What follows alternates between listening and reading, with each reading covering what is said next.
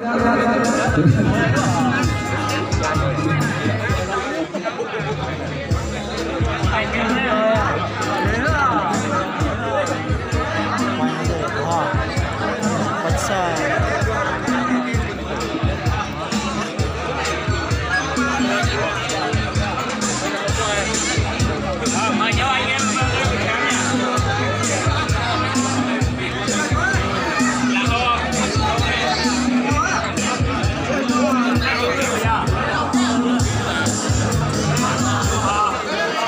vâng, kính thưa đến toàn thể các bậc phụ huynh, cô chú dì anh chị cùng toàn thể bạn trẻ làm nữa.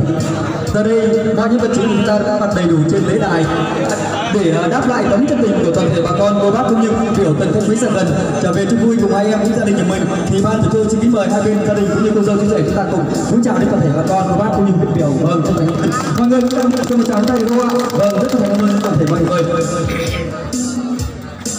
Dạ vâng, kính thưa đến toàn thể quý vị quan khách, giờ đây không để cũng chờ lâu nữa thì ban tổ chức tôi sẽ để cho toàn thể quý vị quan khách chúng ta cùng gặp gỡ với từng vị đại diện chủ hôn có những lời phát biểu chân tình nhất đến toàn thể bà con cô bác đã có chút thời gian về chung vui. Vâng, hôm nay thực tế là chúng ta đang ngồi trên mâm tiệc cũng như hôm tiệc cưới của gia đình họ nhà trai thì ban tổ chức xin nhường mic cho bác trưởng đoàn họ nhà trai sẽ phát biểu trước. Vâng, cũng như để cảm ơn toàn thể bà con. Vâng, xin cảm ơn bác.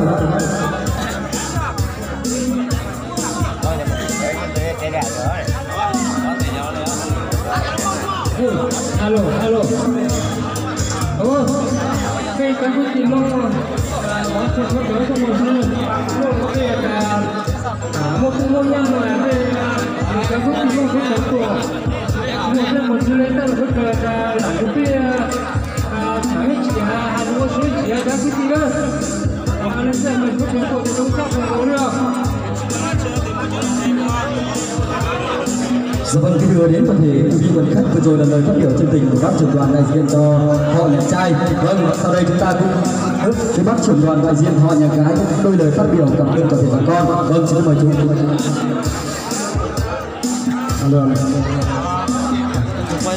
Cuối tuần của ta là nó giờ nó cũng từng thái đầu đó cả tôi là nó trong sau thì cũng vừa cháu tôi cũng là tưởng một hồi đó từng thái đầu đó lên trong sau rất là còn đau chú hay con rể ống no hạnh phúc làm ăn phát đạt có qua lắm chưa chú là sắp tới ký thì không nhiều ký này đáng tin cho cái gì một lần mà dùng thôi đấy một chồng đâu đấy. Dạ vâng, kính thưa đến toàn thể các bạn kim của chương trình bây giờ là những lời phát biểu hai bên gia đình. Vâng, và sau đây thì ban của chúng tôi xin đỡ lời cho hai bên gia đình một đôi chút.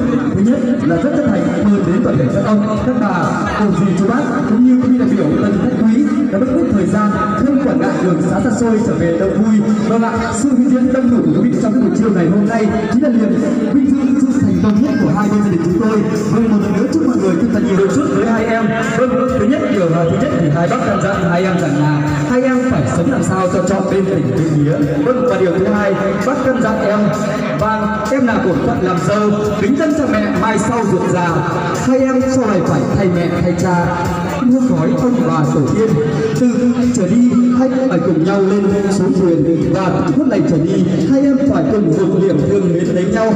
Vâng, kính thưa toàn thể quý vị, cây đa đã giật bóng tình người, nhà tôi nhà bác từ nay bằng đồng. Kính thưa cụ bà cụ, kính thưa hai họ duyên hồng nhà đặng.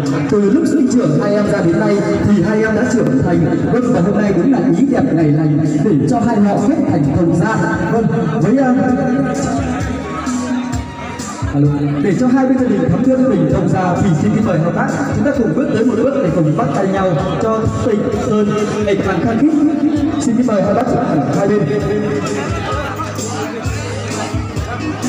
đẹp nhất trong cái buổi trưa ngày hôm nay. Vâng, để lưu niệm lại cho hình ảnh đẹp cho cô dâu chú rể và mai sau cho một trai một gái và con của cô dâu chú rể sẽ nhìn thấy hình ảnh đẹp nhất của bố mẹ.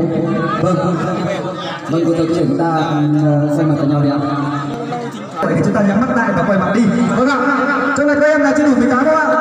Thôi gần 18 cũng được xem. Không đủ 18 gần 18 được xem. Vâng, cô dâu ơi, tôi sờ thấy cái chỗ cứng nhất của chú rể cho nào. Vâng ạ, vâng đúng rồi đấy ạ. Một bờ vai thật là vững chắc để sau này chỗ để cho vợ con đồng tương tượng. Vâng, và bây giờ chú sờ vào cái chỗ làm mềm nhất của cô dâu ạ. Vâng ạ, chỗ làm quen nhất đấy ạ. Vâng đúng rồi ạ. Vậy tôi đến từ 1 đến 3 nhé quý vị ơi. Chúng ta cùng hướng tầm mắt về phía sân khấu để cùng nhau chứng kiến một giây phút thiêng liêng và cao quý để nói lên rằng ngày hôm nay là ngày 8 tháng 3. Vâng, chuẩn luôn ngày 8 tháng 3 ngày phụ nữ đấy. Hôm nay chú rể sẽ thể hiện tình yêu đẹp cho ngày phụ nữ thế giới. Vâng ạ. Tôi đến từ 1 đến 3 nhá. 1, 2, 3. Hô lên. Vâng, một tràng tay to ạ. Một tràng tay to thật không ạ? Lòng nhiệt vào chân nào. Quý vị ơi, cho một tràng tay thật to thật không ạ? Vâng, rất là mọi người. Dạ vâng, kính thưa đến toàn thể quý vị khách cũng như toàn thể các bạn trẻ nam nữ hôm nay thay lời cho gia đình cũng như nói đến lời cho cô dâu và chú rể rất chân thành cảm ơn đến toàn thể quý vị đoàn khách có chút thời gian trở về chung vui. Vâng, kính chúc mọi người trong một năm mới cũng như công việc và gia đình cũng là hoàn hảo, sức khỏe. Vâng, và xin kính chúc cho cô dâu và chú rể trăm năm tình viên mãn, bạc đầu nghĩa thê. Và sau đây xin kính mời cô dâu chú rể hãy quay về từng công việc của gia đình mình cùng mang ly rượu chúc sức khỏe cũng như gửi lời cảm ơn đến toàn thể anh chị em cô dì chú bác.